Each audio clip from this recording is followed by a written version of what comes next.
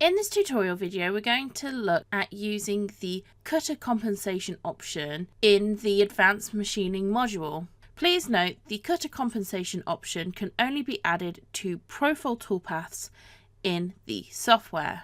To use the cutter compensation option as well, you will need to make sure that the controller on your machine has this option available as well, and that you have a post processor that is compatible with this option.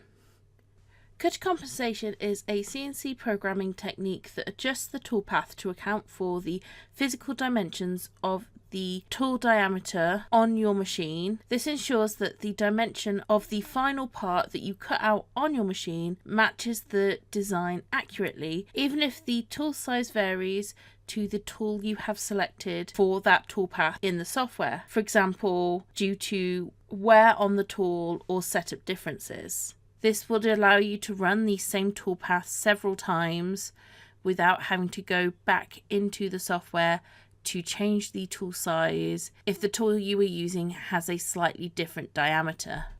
So we're now going to use this file to show you how to apply the cutter compensation to a profile toolpath. As you can see, we have created the toolpaths for the rest of this file, and we are just left with needing to cut out the profiles of each cabinet.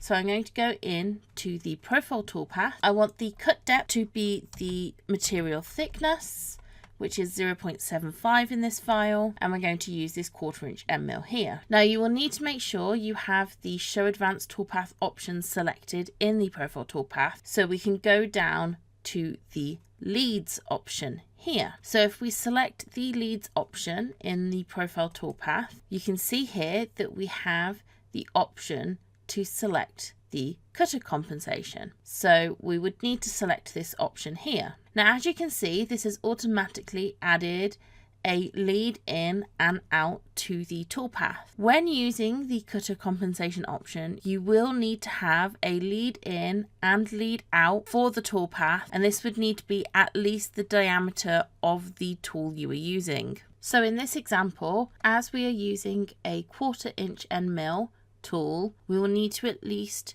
have a lead in and out of 0.25 inches. For this example, I'm going to double this to make sure that the lead in and out has enough room. So I'm going to enter 0.5 inches. I'm also going to select the option to have a straight line lead, which means it will lead in using a straight line. You can also use the circular lead. This will just create a circular lead instead of a straight one. I'm also going to change the angle that the lead in will come into the toolpath, and I'm going to select 45 degrees for this. So next we will need to select the vectors we want to use for this toolpath. All of the profile vectors for the parts we are wanting to cut are on the same layer, so we can use the vector selection option here to select the vectors. So I'm going to select the closed vector option here, and I'm going to select the cut layer, as this is the layer that all of the profile toolpaths are on. So I'm going to click close here, and you can see that it has automatically selected all the vectors that I need. So if I click calculate now,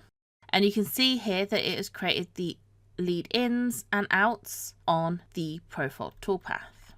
As mentioned at the beginning of the video, when you come to save this toolpath, you will need to make sure you have a post processor that is compatible with tool cutter compensation. I hope you have found this tutorial video helpful on how to set up profile toolpaths to include cutter compensation.